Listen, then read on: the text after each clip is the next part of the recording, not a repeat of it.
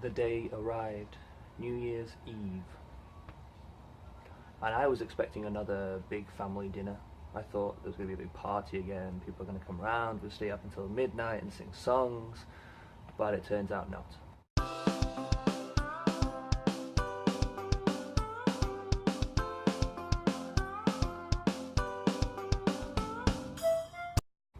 It was a cold day, foggy as well, couldn't see anything outside, so in the afternoon I made a fire with my fiance, and we sat in a sort of courtyard area around a fire, just chilling out. It's what you do, isn't it? You sort of stare into the fire.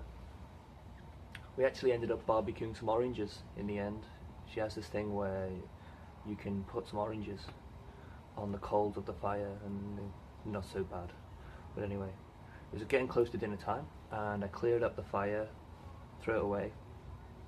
As it started to get darker, power went off. Boom! Darkness. We're all sat around thinking, what's going on?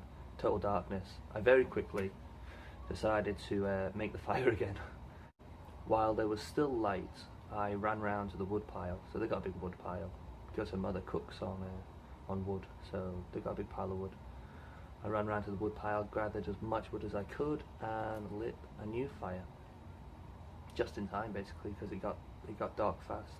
Her mother was in the middle of cooking while the power went off, and she still managed to continue cooking, and she had prepared 5 dishes for us all. We went down, sat on the dining table, and ate dinner by the lights of our mobile phones. It worked well. I mean, it's amazing again, another one of these amazing things of her mother. How is it possible that her mother can cook in complete darkness with no light? I mean, it's a good job she uses fire, because otherwise I don't know how she'd do it. Anyway, delicious food, great, and then afterwards we all went and sat around the fire as a family.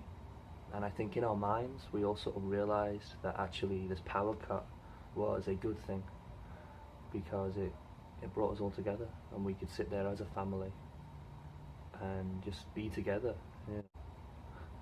As we were staring into the fire, I imagined her mother and father reminiscing about past times. Earlier in the week we'd been to her father's old home, tiny house in the countryside village, and you know, you could see through the cracks in the door. Very, very basic. So I imagine them sitting around this fire would probably bring them back to a younger time. It's only recently China's developed so much. We have subways and motorways and shops and everything. You hear stories from the older people, and life was very difficult. You know, 20, 30 years ago, life was very different for them. China has developed very quickly, and yet it has continued to hold on to many of its traditions. One tradition is obviously the giving of red envelopes, the hongbaos. As the old people come to the home and visit, do their bainian, they visit for New Year. These kids get hongbaos, red envelopes from the aunties, the uncles, the second uncles, the third aunties, all of them. So the kids get hundreds and hundreds of yuan. And with the development of China and the mobile revolution and all this sort of stuff, the hongbao, the red envelope, has also moved on to the digital world. And as we were sat around the fire, the family, essentially it's a game, it's a hongbao game, it's a red envelope game where we have a group chat of around 30 relatives, and we send messages, voice messages, and somebody can send a hongbao, a red envelope, to the group, and then everybody presses it and everybody gets a different amount based upon how quickly they've opened the hongbao. It's very exciting. So we spend the evening, the family spend the evening talking to other family members who aren't there but are in the same town, they're around, through the mobile phone. It's very exciting. We did that for about 3 hours. I'd been collecting wood all evening to restock the fire, and the final time I went to restock the wood, I decided to go with no light. I don't know why I did it. I suppose it was because I was saving my battery or something, but I decided to go and try and do it in the dark. So I walked around to the wood pile, couldn't see a thing, nothing, total darkness.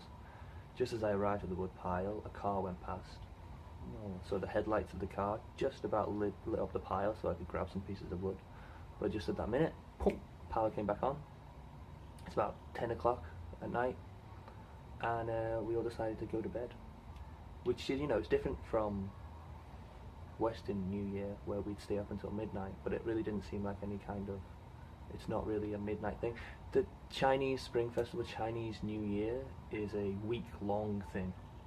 It's not just one night, really. They have a one night when, it's New Year, but really the traditions and the festivals, the activities, it's a week-long thing. It's about meeting family, it's about meeting neighbours, it's about giving gifts, it's about giving money. It's not just about one night. It's a week-long thing, a large family event.